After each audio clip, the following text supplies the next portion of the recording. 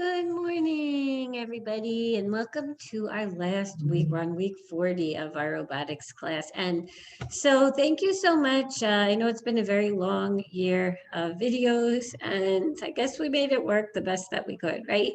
And so, thank you for putting in your effort. For those of you that really every week kept up, I'm just really proud of you guys for working hard. And hopefully, you learned a lot from Vex Code, and you were able to at least have a better awareness and like a general understanding of how robotics works, right? And now you really, when you go out into the world and you see all of these robots um, and you use AI and all these things, you'll have a better understanding of how it works and all that stuff, right? And it just gives you, it really just expands your knowledge base, and especially as these things are really they're becoming a part of our lives like so much now. I mean, it's like crazy, right? I mean, and I can't even like you think I know for you guys it's like probably way more normal, but I think even back to like 5 years ago, we didn't have as much of the things that we have now, right? That all this stuff that's been coming out. And I'm sure in another 5 years, it'll be even more. Another 10 years, right? You look at driverless cars and all these things that are out there, and it's just so crazy how fast technology moves. And so I really just hope that you guys will be a part of it, in your future. And I know you will be a part of it, but I hope that you will be like a positive part of it in the sense that maybe you'll be a part of creating some of these new things or having an influence on the future with technology. So what we're going to do for our last week is finish up the second half of this machine learning, living in the age of AI. It's I think it was very interesting. So I hope you guys have been enjoying it. And that's about it. After this, we're done. So again, over the summer, maybe keep up with some of the news around robotics. You can always like Google around, check out some of those websites that we looked at earlier in the year. You can even keep at with Vex code, like maybe just keep yourself active in what's going on in the technology field, in the technology industry. So that way you're just current, right? And it's always fun to learn new things. So why not? Okay, so I'm going to shut off my video and I'm going to put on this video for you guys to finish, okay?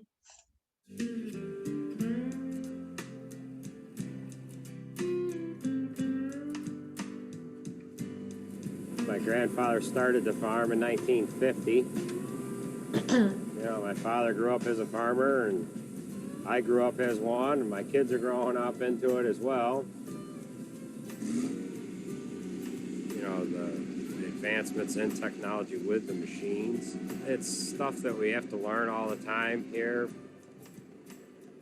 So there are lots of ways that artificial intelligence can be used by farmers. You can have drones that are using image recognition techniques to figure out where you should plant and what crops need water right now. You can use artificial intelligence as you model out the genes that you're building and that you're putting into seeds. You can also use it for determining what kind of fertilizer to use, and you can also use it inside the machines that pick strawberries or that take apples from trees. So my instinct is that AI is going to help us. It will expand our capabilities. It will create new things for us to do. It will free up time. There's a reason why almost all cool stuff has been invented in the last 150 years, despite the fact that humanity is 300,000 years old. That's because we freed ourselves of the burden to farm every day. The single most important thing for AI to accomplish in the next, say, 10 years is to free up humanity from the burden of repetitive work.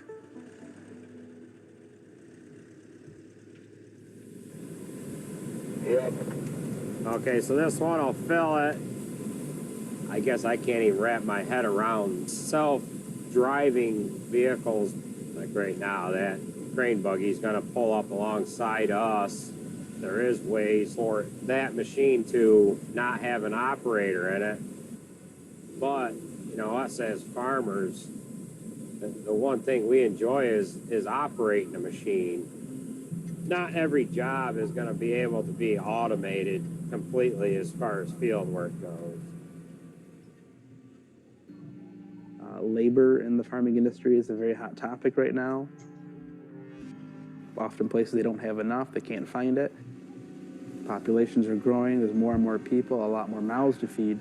So the focus really is how can we produce more feed with the same amount of land as efficiently and cost effectively as possible. Technology is where agriculture needs to go. I think there is no question that computers are going to be able to do what we do, make everything that we do faster and more efficient and make us more productive, which is something we all say we want, but ultimately being more productive means we need less people to do it.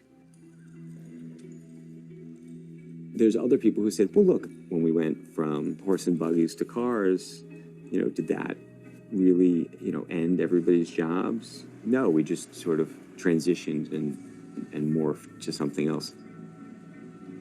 And then it's a matter of, is that going to be a good thing or a bad thing? And the reality is it's usually a little bit of both. There are real concerns that AI will get so good at single domain capability to produce results, to create value, and actually to do the jobs that humans do. So the job displacement could be a substantial issue. I think there's a path we can go down where we get more things right than wrong, and we end up seeing a ton of innovation and progress that makes our lives a lot easier and a lot better. But routine jobs are the first to be improved and made better, cheaper, faster using software. Technology has really taken on a role in our life that we just didn't predict, we did not expect. And there have been all of these unintended consequences because of it. And so what are the mechanisms that we can put in place? What are the controls so that we feel like we still understand it, that we still have agency, that we can still sort of shape it, and it doesn't end up shaping us too much? What jobs will it replace? What jobs will it create? And in a world where there's more job churn, how do you prepare people? How do you educate people so they can most thrive in the slightly chaotic world that AI is going to bring us?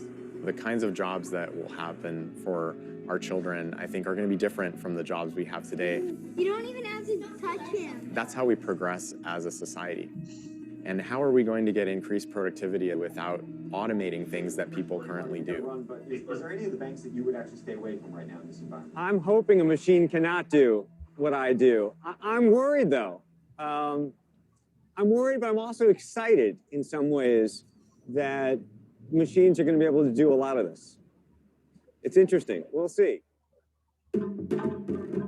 Hello, everyone. I'm an English artificial intelligence anchor. This is my very first day in Xinhua's agency.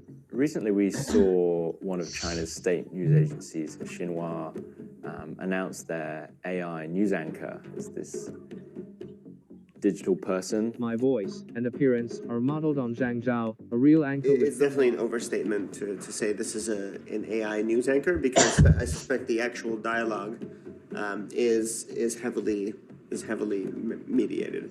Right now, we really don't have AI that can strike up a real conversation or synthesize information together like a real journalist or news anchor would. I will work tirelessly to keep you informed as texts will be typed into my system, uninterrupted. But it's just the beginning, right? So the nice thing about AI is it gets smarter with every iteration. Hello, I'm Siren, and I'm a digital human. I was created by an international team of artists and engineers who wanted to challenge our ideas of what a synthetic human could be. Digital Man is a visual effects production company. We do visual effects for movies. In 2008, we did The Curious Case of Benjamin Button. When you look at Brad Pitt, you're not looking at Brad Pitt, you're looking at a digital version of Brad Pitt. And ever since then, we've been trying to top ourselves. And we said, you know what, I wonder if we could do this live. If we could actually take this technology that we've been working on for 10 years to create the most photorealistic digital characters and try to do it live. And that's what we did before Marvel Infinity War. We did the lion's share of the Thanos work. And what you can get is the ability to create a digital copy of somebody without having animators in between to actually render the images that we want to create at almost feature film quality in real time. The only way to do this fast is with machine learning. It's really hard to do it really accurately. So what you need to do is train this neural network, because that's the key thing behind machine learning. It's all about the data. And we have a lot of data. And it starts out producing crap. I mean, it really would produce just a jumble of geometry. This is when it doesn't work. Although my mom looked at this and said, hey, that's Doug. And eventually, after 24 hours of training, out pops something that looks like this. Every day, this gets better and better and better. So my performance can now drive any character that we've built. This kind of technology can be very useful for us.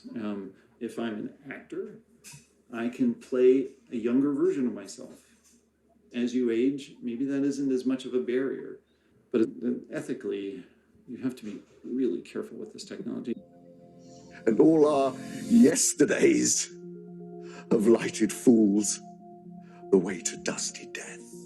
We've gotten to the point where we can create stuff that's really hard to distinguish from reality. I'm Doug Roper. And if that's the case, how do you tell who's on the other side of things? Take my image and use it to control the face of somebody else in real time. This is super dangerous technology, and there's open source software called Deepfake that will do similar kinds of stuff. We're entering an era in which our enemies can make it look like anyone is saying anything at any point in time. Moving forward, we need to be more vigilant with what we trust from the internet. So tools that were developed for high-end digital studios are now available for anyone. And that's great for young people making movies at home. It's allowed new forms of cinematic creativity. And it's not so great when it's used for deepfakes and manipulation. And now there are plenty of people out there posting manipulated video clips. Right now, the quality isn't great. You know, you can tell that they've been faked, but I think we can expect the quality to get a lot better. This is what the state of the art looked like in basically 2015. You can see that doesn't really look like Trump, you know, but it was clear enough that we were going to get much more realistic looking results. And, you know, at some point it was even this is what I can do with my hacked version of this, right? It's really only a matter of time before pretty much anyone can mimic anybody else with nothing more than an app. Striking demonstration recently came from Berkeley, where they showed that they can take a video of a professional dancer and then use it to animate a photo of, you know, a regular person who could not dance like that. And the result looks pretty convincing. As the technology for rendering graphics continues to improve and the technology for synthesizing voices and videos continues to improve, there's kind of an arms race between the AI that's creating these things and the AI that would be detecting them. When I demo projects like this, people will criticize me and say, why are you trying to make it easier so that people can do this? Like, don't you see all the possibilities? And I do see the possibilities, which is why I actually try to put them in public in a sort of like, sometimes in a humorous light before the stakes are very high, so people can kind of understand what's going on. We're building this incredible technology, machine learning, artificial intelligence, and we're setting rules for it right now. And one of the big questions, one of the most important questions, is will we set the rules right? So AI will have all kinds of massive benefits. It will make us richer, it will make our lives broader, but it can also be used to create filter bubbles that only give us certain information, used to monitor our behavior, sell our personal information. You can imagine it going to insurance companies that look at our searches and deny us coverage. What about facial recognition technology? It's super useful, right? It helps you unlock your phone, all kinds of identification, but it can also be used for surveillance and tracking. So a lot of this stuff is happening now, and we need to think carefully about what it means as we develop this technology and figure out the role we want AI to play in society. It's absolutely the case that these new technologies will generate ethical dilemmas we haven't encountered before. For me, being able to start to critically interrogate what we're up to and why, hugely important. Today, we're in the age of artificial narrow intelligence. We have many AI applications that are good at specific things. For example, we can beat the world grandmaster at chess using an AI program. We can beat the world grandmaster at Go. But there is no AI system, for example, that can do true one-shot learning, where you give one example and the AI system masters that concept. On the other hand, think about the revolution that's coming in the air with artificial intelligence and autonomous aerial vehicles numbering in the millions, far more than the thousands of aircraft that we see today. Human beings simply can't keep up with that. AI can maintain these systems with predictive maintenance. AI can fly these aircraft with autonomous control. AI can even manage and deconflict traffic. These are examples where AI can truly take us into the future, a future that man alone cannot manage. So there is a lot of PR about AI for good. People are scared of AI. So of course companies are coming up with examples of how they're using AI for good. But on the other hand, it's real improvements. You help someone who couldn't see, that is good. It gives you good PR, but it's also good. So I actually was born blind, but I was really lucky and it's a sort of fixable kind. And I've spanned the whole visual spectrum from complete blindness to sort of pretty heavily impaired to doing fine without much assistance. The Mac OS introduced this thing where if you shake the mouse really fast, it gets big, so you can find it. That has given me years of my life back.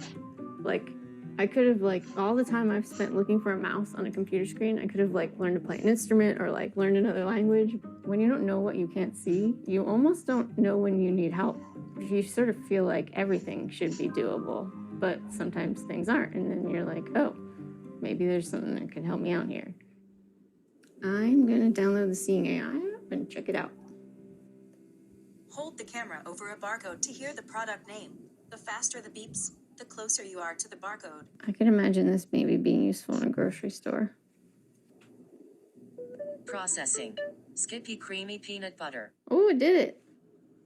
With a more traditional system, a lot of the programmer would be deciding what's of interest and what should be described very mechanically. Whereas with a machine learning system, we're showing the system many, many thousands of photos, and it is using a neural network, deep learning, to identify the patterns. Scan your surroundings to find out how many people are around you, how close they are, Ooh. and their facial expressions.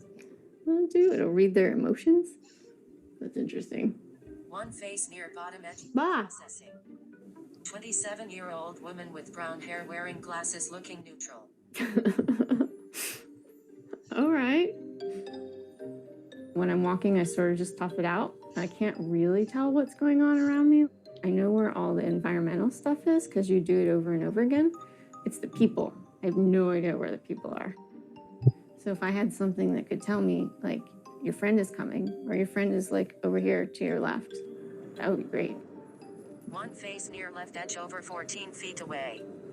Chris near center 3 feet away. I got you eventually, once you stop. faces. I think the potential is really there to really, to change lives, to change my life, even. AI will help understand the world around us, and I really think that could level the playing field for everyone and make the world more inclusive. AI will give us back things we've lost. Old people are using it to make their lives richer or to give them back capabilities they've lost. AI is going to be really helpful making sure that people are connected. There's a lot of people right now that can't drive. Giving them mobility, I think that's really transformative. One of the ways that self-driving cars will work first is in contained environments where they've mapped all the roads, where the weather is predictable. The car does not need to be able to drive very quickly. There isn't a lot of traffic. People just need some help to get around. For myself, I'm still working. I'm perfectly capable of driving around. But living in a 55-plus community, I have neighbors who are in their 90s who really can't. So this is my mom and my father, George Avakian. This was their home in Riverdale, where they became housebound because they couldn't drive any longer. Here were two really active, vibrant people, and they couldn't do anything without calling somebody to drive them. But it's really hard to be dependent on other people. For older people, I see the autonomous vehicle as independence. Self-driving cars are uniquely positioned to help out seniors because there's a lot of people here that shouldn't be driving anymore. It makes it easier for people to make a decision about stopping driving. It's when you have something that can take you down to the clubhouse or to the fitness center. These technologies are all helping seniors because they will allow us to live more independently longer and more safely. I really wish they'd had this for my parents. God, it would have changed their life. At every stage in life, there's some way that AI helps. Make our lives longer. It's going to make them richer. It's going to expand our imaginations. Some people say that AI is going to enhance our humanity. I don't know if that's true. You know, has technology enhanced our humanity? Twitter sure hasn't. You know, if Twitter was a real place, it would be a terrible place to live. So I'm not sure what all this technology is going to do to us. Is it making us better? Is it making us worse? It's surely making us different. That's for sure. Timer, are you ready? Racer, are you ready? You know, part of what made this moment the way it is now is that we invited a whole lot of people into it. We didn't hold it tightly. On your mark, get set, go. So he's trying to beat 33.33. We said, here are platforms, build things. Here are platforms, imagine what's possible. Timer, what's the time? 25.6. Yeah! 25.6. That's fantastic. We think what we're doing with AI and ML is really good, but this is nothing compared to what the brain does. So we're nowhere close yet. Humans are still winning for now. Our processor is much better. But, you know, I guess the hope is that one day we'll get there. America's 2018 top young scientist is Rashad James.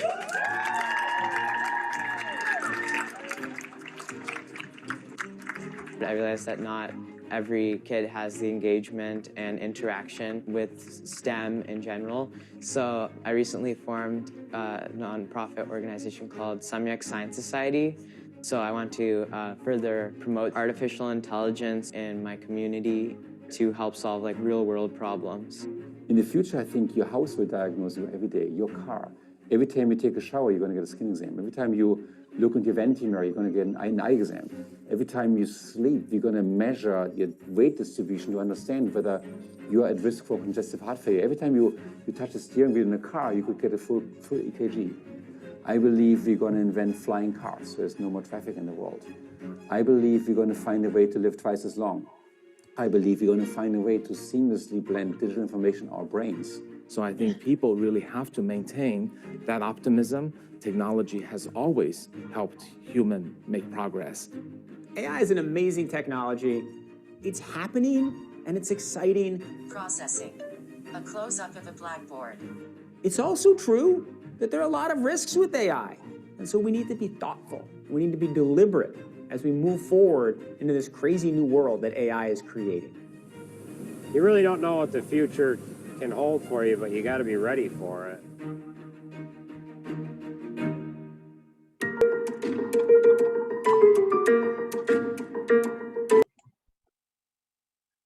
I hope you guys enjoyed that. I know I did. It was definitely fascinating to hear about all these different technologies and just hearing people's thoughts on, you know, where it's going and some of the concerns behind them.